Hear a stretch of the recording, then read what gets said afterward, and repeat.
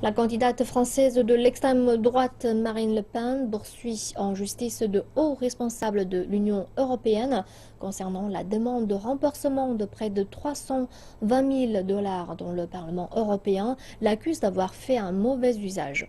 L'argent aurait en effet été employé à rémunérer l'assistant et garde du corps de Madame Le Pen en contravention avec les règles européennes.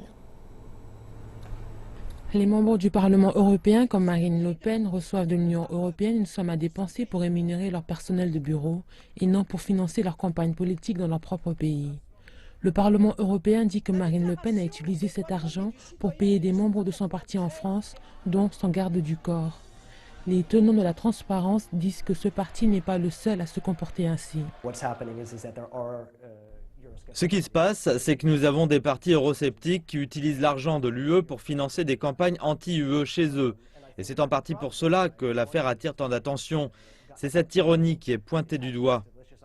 Madame Le Pen dit que si elle remporte la présidentielle, on aura un référendum proposant à la France de suivre le Royaume-Uni et de quitter l'Union européenne.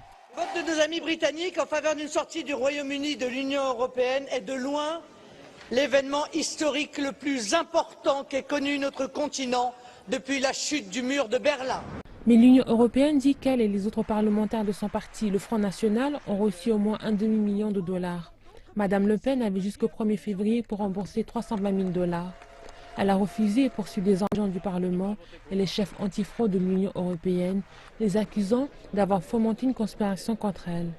Les analystes disent que ces problèmes légaux ne sont pas susceptibles d'altérer ses ambitions présidentielles.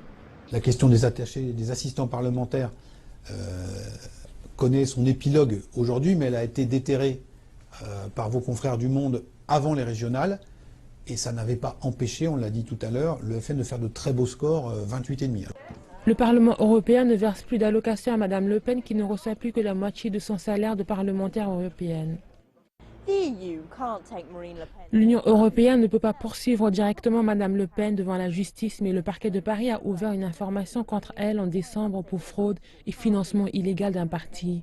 Théoriquement, ces accusations pourraient déboucher sur une condamnation à une peine de prison et une déchéance politique, mais il est peu probable qu'elle sera mise en accusation avant l'élection du mois de mai.